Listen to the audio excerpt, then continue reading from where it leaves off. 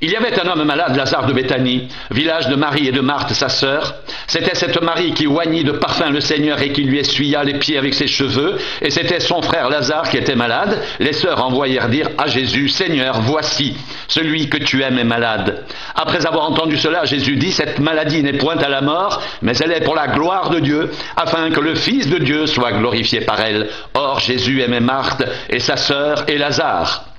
Lorsqu'il eut appris que Lazare était malade, il resta 2 jours encore dans le lieu où il était, et il dit ensuite aux disciples, « Retournons en Judée. » Les disciples lui dirent, « Rabbi, les Juifs, tout récemment, cherchaient à te lapider, et tu retournes en Judée. » Jésus répondit, « N'y a-t-il pas 12 heures au jour? Si quelqu'un marche pendant le jour, il ne bronche point, parce qu'il voit la lumière de ce monde, mais si quelqu'un marche pendant la nuit, il bronche, parce que la lumière n'est pas en lui. » Après ces paroles, il leur dit, « Lazare, notre ami, dort, mais je vais le réveiller. » Les disciples lui dirent, « Seigneur, s'il dort, il sera guéri. » Jésus avait parlé de sa mort, mais ils crurent qu'il parlait de l'assoupissement du sommeil. Alors Jésus leur dit ouvertement, « Lazare est mort, et à cause de vous, afin que vous croyiez, je me réjouis de ce que je n'étais pas là, mais allons vers lui. » Sur quoi Thomas, appelé Didyme, dit aux autres disciples, « Allons aussi, afin de mourir avec lui. » Jésus étant arrivé, trouva que Lazare était déjà depuis 4 jours dans le sépulcre. Et comme Béthanie était près de Jérusalem, à 15 stades environ, beaucoup de Juifs étaient venus vers Marthe et Marie pour les consoler de la mort de leur frère.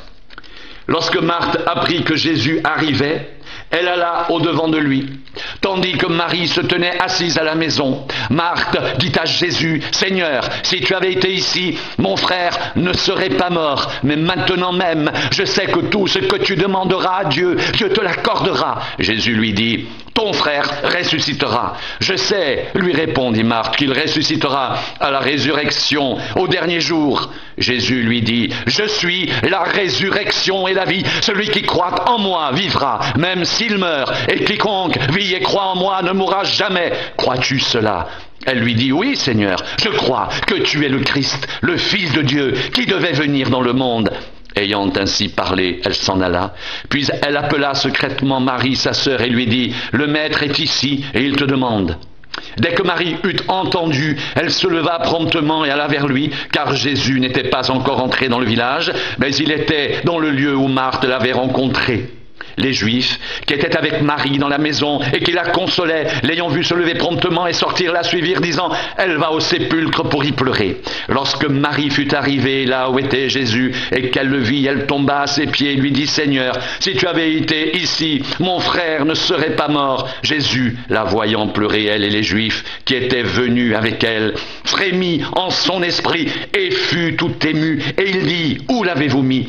« Seigneur, lui répondirent-ils, viens et vois. » Jésus pleura, sur quoi les Juifs dirent, « Voyez comme il l'aimait. » Et quelques-uns d'entre eux dirent, « Lui qui a ouvert les yeux de l'aveugle, ne pouvait-il pas faire aussi que cet homme ne meure point ?» Jésus, frémissant de nouveau en lui-même, se rendit au sépulcre. C'était une grotte et une pierre était placée devant. Jésus dit, « Ôtez la pierre !» Marthe, la sœur du mort, lui dit, « Seigneur, il sent déjà, car il y a 4 jours qu'il est là. » Jésus lui dit, « Ne t'ai-je pas dit que si tu crois, tu verras la gloire de Dieu ?» Ils ôtèrent donc la pierre, et Jésus leva les yeux en haut et dit, « Père, je te rends grâce de ce que tu m'as exaucé. Pour moi, je savais que tu m'exauces toujours, mais j'ai parlé à cause de la foule qui m'entoure, afin qu'ils croient que c'est toi qui m'as envoyé. » Ayant dit cela, il cria d'une voix forte, « Lazare, sors !» Et le mort sortit, les pieds et les mains liés de bandes, et le visage enveloppé d'un linge. Jésus leur dit, « Déliez-le et laissez-le aller. » Plusieurs des Juifs qui étaient venus vers Marie et qui virent ce que fit Jésus crurent en lui, mais quelques-uns d'entre eux allèrent trouver les pharisiens et leur dire ce que Jésus avait fait.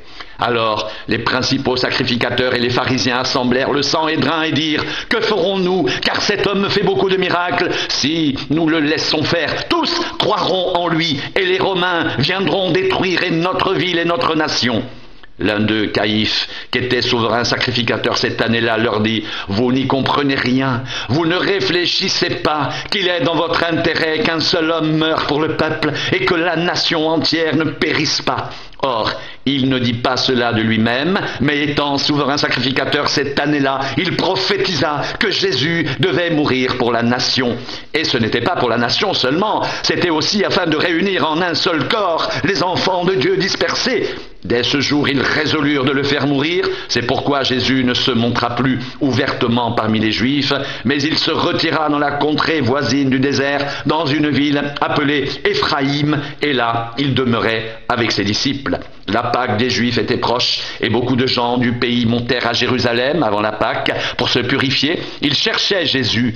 Et ils se disaient les uns aux autres dans le temple, « Que vous ensemble? Ne viendra-t-il pas à la fête ?» Or, les principaux sacrificateurs et les pharisiens avaient donné l'ordre que si quelqu'un savait où il était, il le déclare, afin qu'on se saisisse de lui.